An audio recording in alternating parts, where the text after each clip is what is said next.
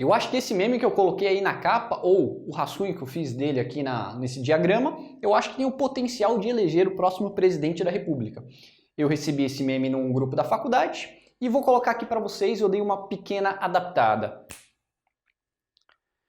Bom, se você olhou esse meme, você pode falar assim, caramba, mas nesse meme tem algumas coisinhas que são meio parecidas com as outras coisas que eu já tinha feito com vocês aqui, que é aquele outro diagrama que eu tinha feito, lembra? Que eu colocava antissistema aqui embaixo, sistema aqui em cima, ou establishment e esquerda-direita. Esse modelinho aqui, ele é muito parecido com aquele outro, só que ele está só rotacionado, né, em 90 graus. Eu vou mostrar como que eu consigo adaptar esse meme para aquele modelo que eu já estava trabalhando com vocês. Bom, o que está falando aqui nesse meme?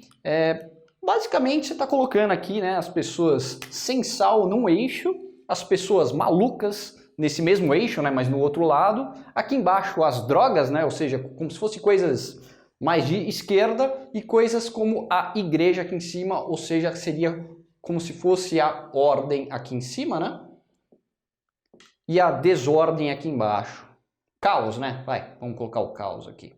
Então, é como se você estivesse fazendo sem sal, maluco, caos e ordem. Tá legal? Então, aqui um personagem muito conhecido aqui de São Paulo, Geraldo Alckmin, é o campeão da personalidade sem sal. É um cara sem sal, é o picolé de chuchu. Então, a gente colocaria ele aqui. Outra pessoa que tem um pouco mais de sal do que o Geraldo Alckmin é o Meirelles, outra pessoa com uma personalidade meio complicada. Eu gosto do Meirelles pra caramba, por causa das coisas que ele fez. Mas ele não é uma personalidade assim muito carismática. Outra pessoa que tá aí parecido nesse grupo seria aqui o Amoedo, né? Estaria um pouco mais perto da igreja, mas também muito sem sal. Ou seja, a militância que o defende pode até ter um pouquinho de sal, mas ele mesmo é um cara bem sem sal. E aqui tem coisas interessantes. Ciro Gomes, maluco e um pouco mais perto da igreja e não tão perto das drogas, por isso que eu acho que ele tem o potencial de roubar muito voto de gente que votou no Bolsonaro em 2018 e que não vai votar no Bolsonaro em 2022. Eu acho que o Ciro Gomes está tentando fazer essa mudança de pele, conforme eu falei nos outros vídeos, e eu acho que ele tem personalidade para isso, é só ele jogar as cartas do jeito certo. Então tem aqui o Ciro Gomes, que é um cara bastante maluco, mas que faz dele uma pessoa bastante carismática. O Bolsonaro, que é mais maluco que o Ciro Gomes, que é bastante maluco, mas que também o torna, de certa medida, carismática. E eu fiquei pensando, né, beleza, e aqui embaixo? No meme eles colocaram o Eduardo Jorge aqui. Esse cara é carismático, eu gosto do Eduardo Jorge. E aqui embaixo colocaram também a Manuela Dávila. Legal? Então era basicamente esse o meme. E eu fiquei pensando, né, até perguntei pro pessoal lá do Pebolas, e aí, e o Lula, encaixa onde? Ele não tava nesse meme.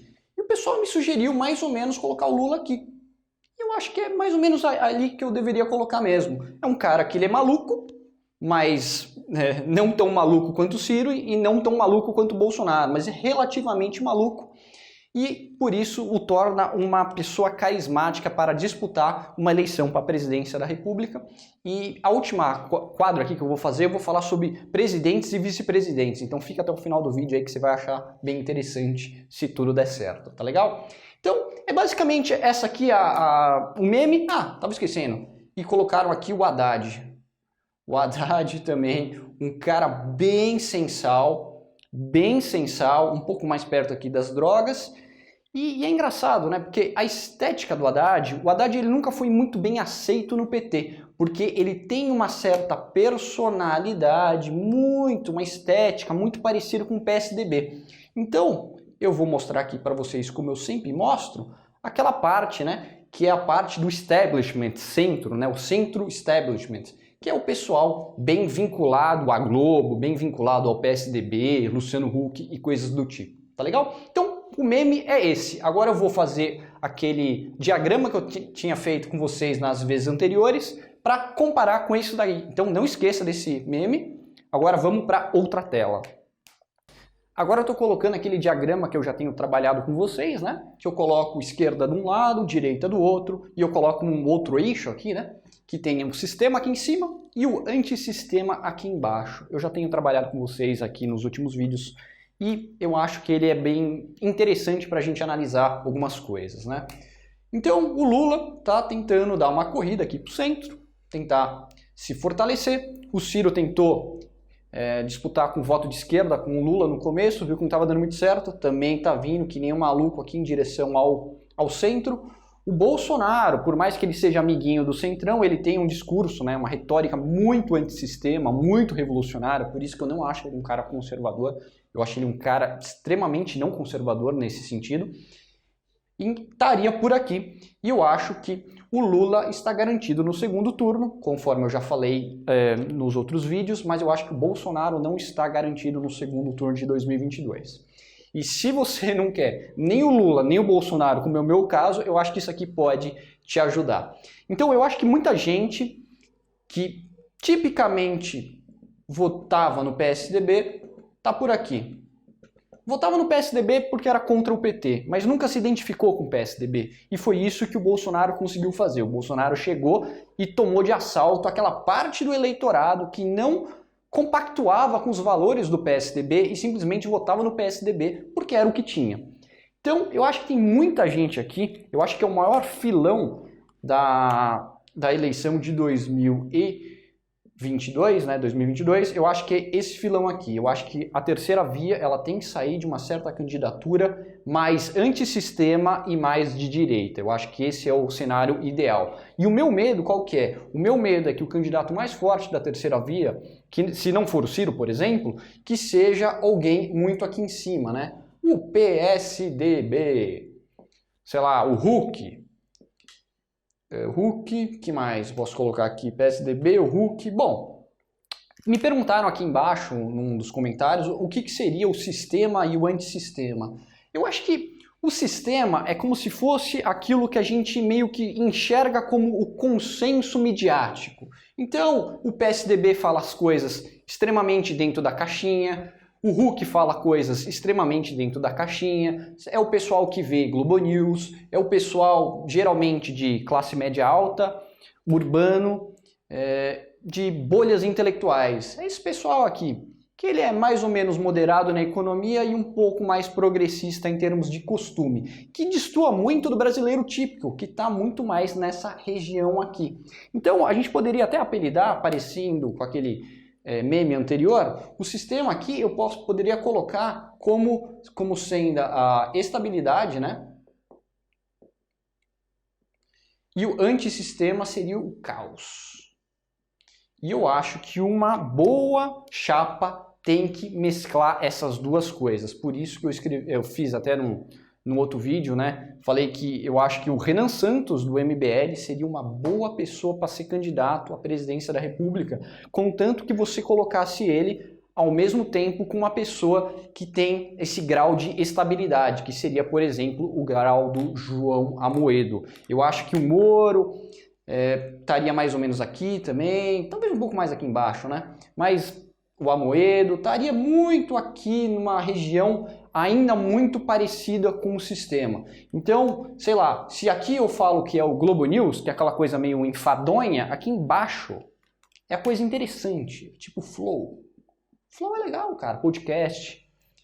São pessoas que não estão necessariamente seguindo um script. É um tipo de conversa mais descontraída, onde você tem menos regra. E eu acho que é aqui que tem a inovação, e eu acho que é aqui que tem as ideias que levam as pessoas, né, que motivam as pessoas a votarem por um certo candidato, tá legal? Então eu acho que o pior problema da terceira via seria ter uma candidatura aqui em cima, uma candidatura do sistema, porque daí eu acho que vai polarizar Bolsonaro e Lula, e os dois vão para o segundo turno, pior dos dois mundos. Eu acho que o Ciro Gomes está sendo muito astuto, está tentando vir mais aqui à direita, para tentar roubar o voto de gente que votou nele em 2018 e não vai votar nele em 2022, para tentar fazer o segundo turno ser entre Lula e Ciro, que eu acho um pouco menos pior, mas idealmente eu queria que tivesse uma candidatura por aqui. Não só porque eu me encontro muito mais nessa região desse diagrama, mas também porque eu acho que é a parte mais forte para vencer, tirar o Bolsonaro, né?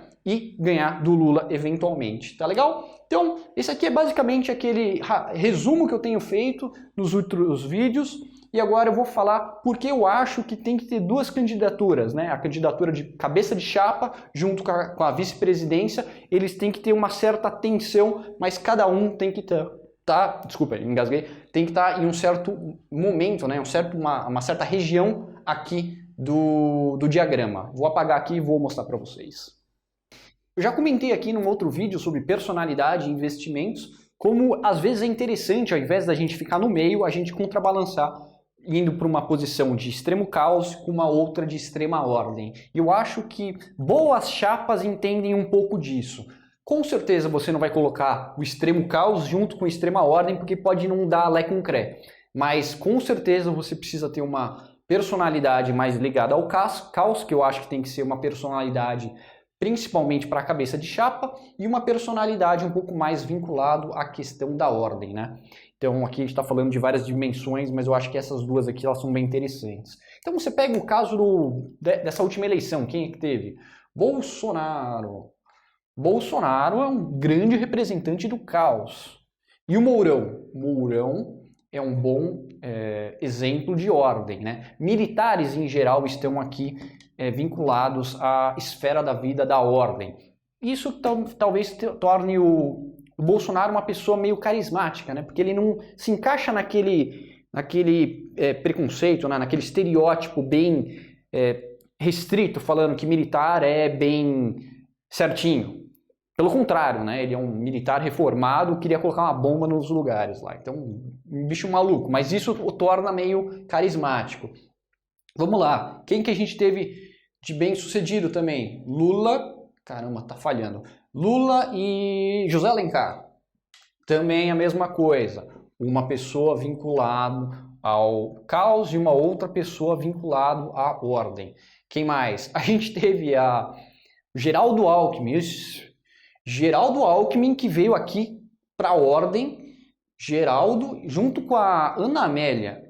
Duas pessoas no mesma esfera, não dá certo, não é legal. O PT, ele errou ao inverso, né? Ele colocou aqui na esfera da ordem, ele colocou o Haddad, que não tem carisma, e colocou como vice a Manuela, que é muito mais vinculado ao caos mesmo. Quem mais tem da última eleição? Ciro Gomes, outra pessoa que errou.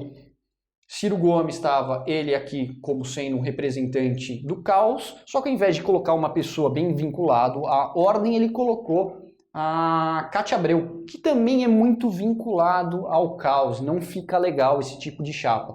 Eu estou falando isso porque é muito importante que você saiba construir uma chapa com uma pessoa mais vinculada ao caos e uma pessoa mais vinculada à ordem. E eu acho que é difícil você pegar e colocar duas figuras muito carismáticas ou muito parecidas na mesma chapa. Por isso que eu acho que seria muito complicado você pegar o Ciro Gomes e colocar o Datena como vice. Uma pessoa vai tentar se sobrepor à imagem da outra. Eu acho que isso não dá muito certo. Você tem que ter uma pessoa com uma personalidade muito forte e uma outra com uma personalidade um pouco mais fraca, que foi o que o Trump fez na penúltima eleição, de uma forma muito bem feita, ele como representante do caos e colocou o Mike Pence como figura da ordem. Então eu acho que tem alguns problemas aqui. Eu acho que o Lula está garantido no segundo turno, Bolsonaro não está garantido no segundo turno, o Ciro eu acho que tem bastante potencial se ele conseguir se desvincular do Lula e do PT, e eu acho que a escolha de vice é uma das coisas mais importantes que você tem a fazer. Eu acho que o Lula, se ele pegar alguém como Meirelles, perigo ganhar no primeiro turno, e eu não queria isso, apesar de eu gostar do Meirelles, eu não queria que isso acontecesse. Eu acho que até o Ciro talvez pudesse chamar o Meirelles, eu não sei se vai juntar Lé com Cré, não sei se vai combinar, mas sei lá, eu acho que você tem que ter muito claro na sua cabeça que tem essas duas esferas na hora de fazer uma chapa, e eu acho que seria muito interessante, por exemplo, né, eu estou pegando um exemplo genérico aqui, né, o Renan Santos, do MBL, que é uma figura bem caótica, né? Ele tem uma personalidade até bem de guerreiro, onde ele se sente muito confortável em estar no caos o tempo todo, uma coisa bem fora da caixinha. Mas você teria que colocar ele junto com uma outra pessoa, como o Amoedo, que traz essa certa estabilidade para uma chapa que foi uma coisa que o Bolsonaro fez e não foi com o Mourão, foi com o Paulo Guedes. Eu acho que isso é o que o Renan Santos ou alguma figura parecida com ele poderia fazer para ver como uma terceira via forte para tirar o Bolsonaro do segundo turno e ganhar do Lula na eleição final. É isso aí. Gostou, não gostou? Comenta aí embaixo. Eu leio o comentário de todo mundo, ajuda pra caramba. Pode reclamar mesmo, falar que não gostou. É isso aí. Me siga no outro canal também, onde eu falo mais especificamente de política. Terceira Via 2022. É isso aí. Um abraço. Tchau, tchau.